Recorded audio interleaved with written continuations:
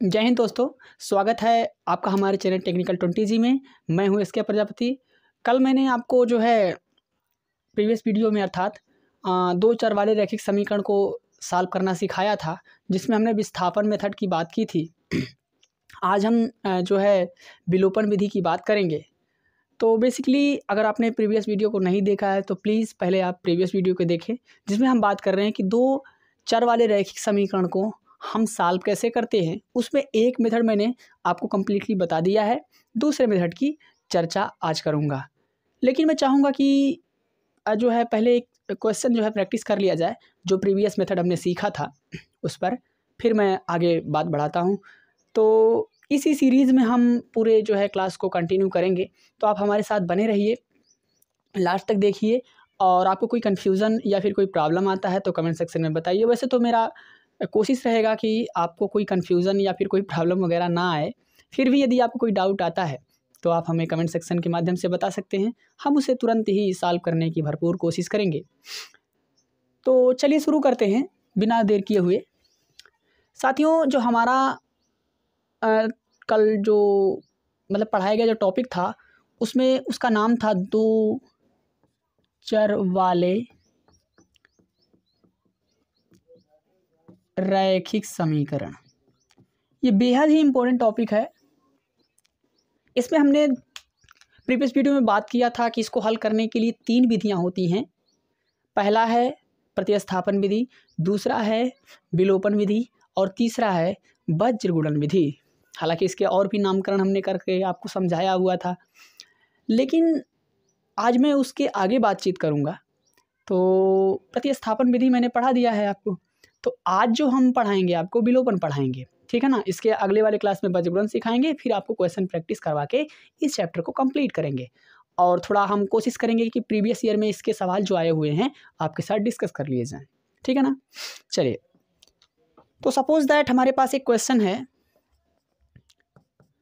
और कहा गया है, मान लीजिए कि x + 3y = सपोज दैट 15 आ गया, और x - y = सपोज दैट हमने लिख दिया 7, है ना। और कहा गया है समीकरण को हल करिए। इसका मतलब ये हुआ कि आप x और y के मान ज्ञात करिए। समझ पा रहे हैं मेरी बात? तो बेहद ईजी तरीका है। हमने आपसे कहा था कि इसको हल करने के लिए सबसे पहले तो आप ये सोचेंगे कि क्या तरीका बताया था। मैंने कहा था इसका 3 स्टेप होगा। 3 स्टेप में जो पहला स्टेप है, स्टेप नंबर 1। स्टेप नंबर 1 में क्या बताया था?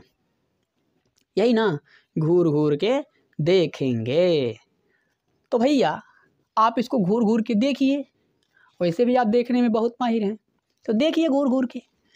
तो इसे हम फिलहाल बोल देते हैं समीकरण नंबर 1 और इसे बोल देते हैं समीकरण नंबर 2। अब क्योंकि जब मैंने इसको घूर घूर के देखा तो मैंने ये पाया कि इन दोनों में हमें ईजी कौन सा लग रहा है।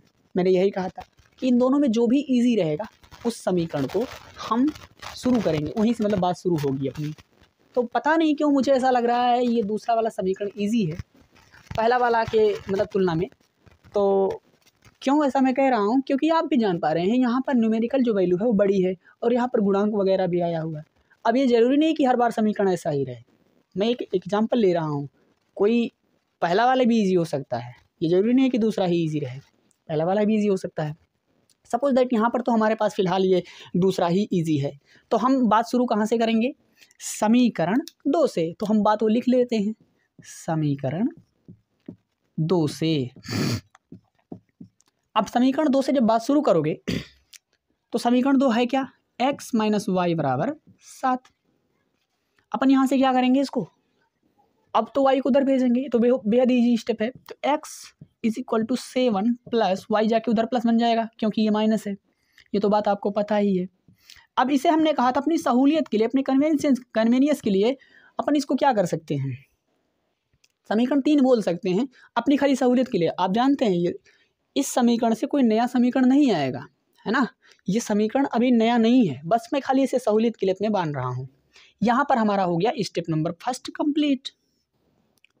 ठीक है, पहले स्टेप में क्या किया आपने, घूर घूर के देखा, जो इजी लगा वहाँ से बात शुरू करी और एक चर को दूसरे साइड ले जाके शिफ्ट कर दिया, वहीं पर बात रोकी, दूसरे स्टेप की कहानी शुरू। स्टेप नंबर 2, बोलो। स्टेप नंबर 2 में क्या होगा, जे जे जे जे जे जे जे एक्स की जो वैल्यू आई है, एक्स का मान समीकरण कितने बोले हेल्थ तुला ले ऐते तो लो चलेगा, एक्स का मान समीकरण।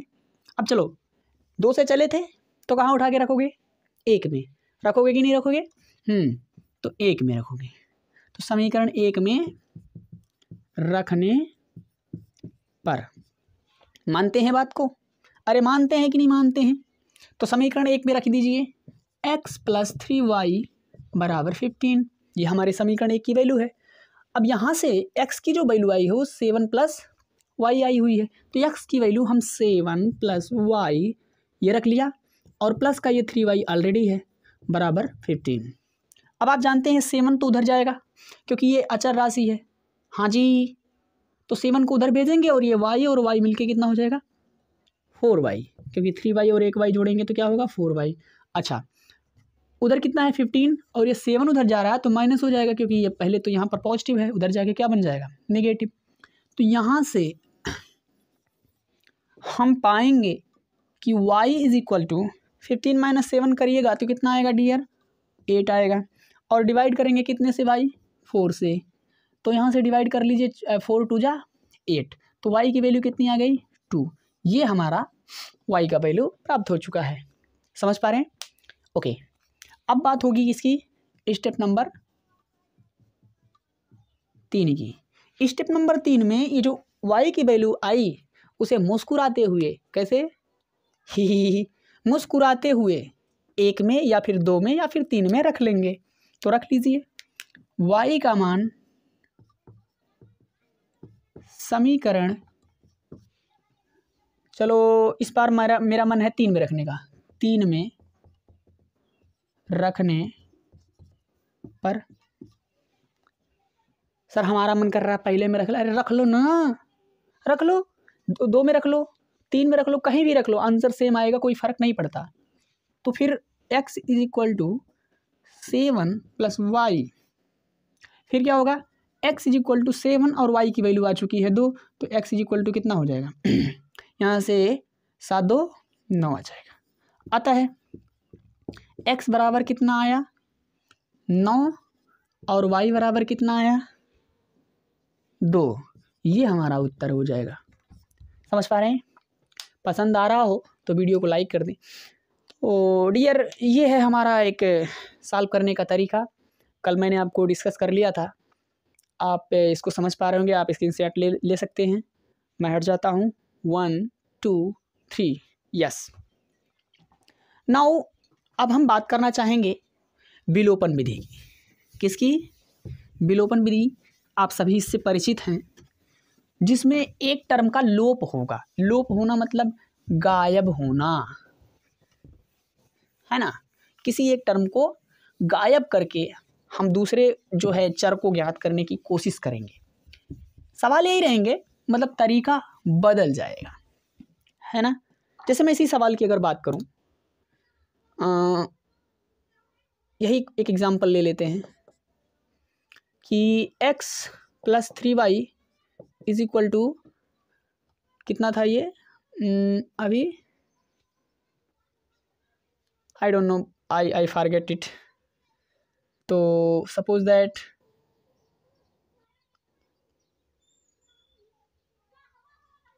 $15 मान लिया जाए, है ना, और x - y = कितना मान लिया जाए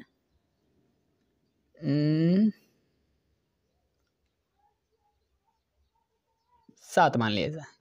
ये रहा समीकरण नंबर 1 और ये रहा समीकरण नंबर 2। तो हमारे पास ये 2 समीकरण हैं। अभी इसको जो है हमें हल करना है विलोपन विधि से। किससे डियर, अब हमारा जो दूसरा मेथड है उसे सीखेंगे अपन, अच्छे से सीखेंगे ताकि कोई दिक्कत ना आए। विलोपन विधि, विलोपन विधि जो है कोई ख़ास मतलब तरीका नहीं है, मतलब कोई बहुत मुश्किल तरीका नहीं है, लेकिन हाँ इससे उत्तर जल्दी आएंगे, आपको इजी भी लग सकता है और इससे उत्तर भी जल्दी आते हैं, तो सीखेंगे इसको अच्छे से।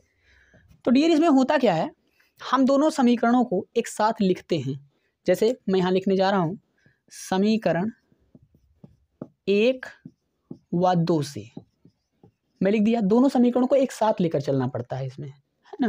तो दोनों समीकरणों को अगर आप लिखें तो x + 3y बराबर 15 और x - y बराबर कितना बाबू 7।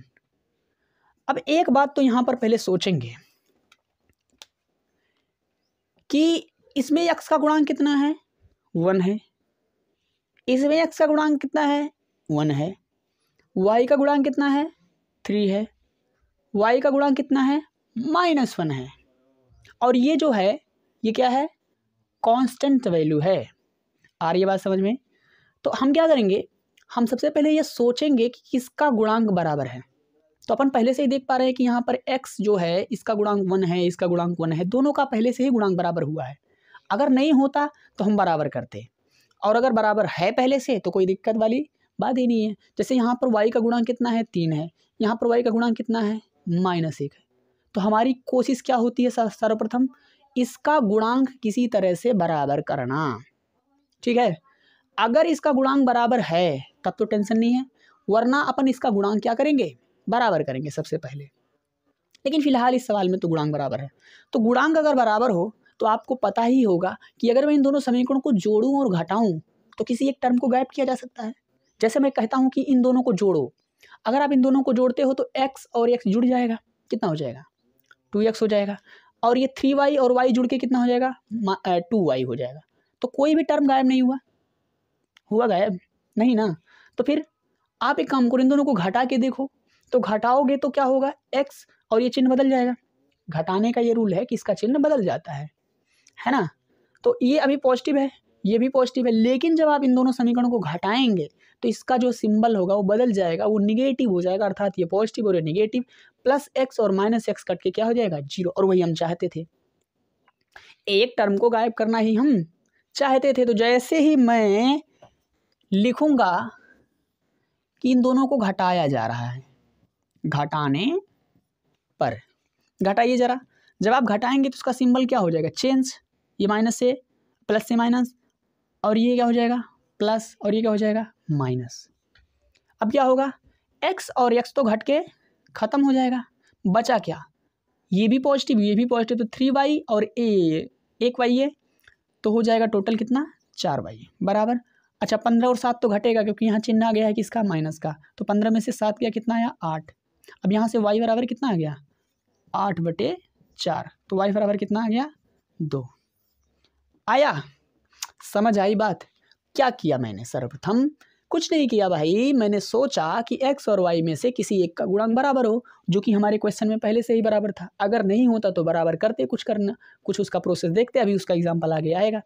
तो अभी मैंने देखा कि इसका गुणांक बराबर था, तो ऐसा मैं क्या करूं, इन दोनों इक्वेशन को जोड़ूं या घटाऊं जिससे ये एक वैल्यू टर्मिनेट हो जाए, खत्म हो जाए यहाँ से। तो हमने जैसे ही घटाया तो देखा कि x और x घट के खत्म हो गया, तो हमारा काम हो गया। अब यहाँ से y की वैल्यू आ गई है, आप चाहे तो दोबारा से ये एलिमिनेशन मेथड लगा सकते हैं y को गुणांक बराबर करके, वरना आप इस y का मान समीकरण 2 में रख दीजिए। समीकरण 2 में जैसे ही रखेंगे x - y बराबर है 7, तो x - 2 = 7, तो x = 7 + 2, तो x = 9। अतः यहाँ से x बराबर 9 और y बराबर 2, ये हमारा फाइनल आंसर। आपने देखा कि शायद यही सवाल मेरा पिछला भी था, वहाँ से भी यही आंसर आया था और इससे भी सेम आंसर आया है। आई बात समझ में। तो ये हमारा विलोपन मेथड है, इस मेथड से अपन सवाल को हल कर सकते हैं। आपने देखा कि ये थोड़ा शॉर्ट मेथड है, जल्दी आंसर आया है, थोड़ा इजी भी है ना। तो कई बार परीक्षा में बोला जाएगा कि आप विलोपन से लगाइए, प्रतिस्थापन से लगाइए, भज्य गुणन से लगाइए, तो जिससे भी बोला जाए आप उससे करिए, वरना अगर कुछ नहीं दिया है तो जो आपको पसंद आए, जो तरीका आपको सबसे बेहतर लगे उस तरीके से आप प्रश्न को हल करिए। तो ये विलोपन विधि बाबू यहाँ पर होता है ख़त्म। अब बचा है केवल भज्य गुणन विधि। जिसको हम अगले वीडियो में कंटिन्यू करेंगे। और साथ ही साथ हम जो है प्रीवियस ईयर आए हुए क्वेश्चन इस पैटर्न पर जो सवाल होंगे वो भी प्रैक्टिस करेंगे, फिर हम लोग अगले चैप्टर की तरफ बढ़ेंगे। Thank you very much. आपको जो है बहुत बहुत शुभकामनाएं कि आप परीक्षा में जल्दी से जल्दी अच्छे से अच्छा नंबर से पास हों, है ना, ताकि आप मेहनत करेंगे जिससे बढ़िया नंबर प्राप्त कर सकें। ओके, ठीक है, तो मिलते हैं अगले वीडियो में, तब तक के लिए जय हिंद।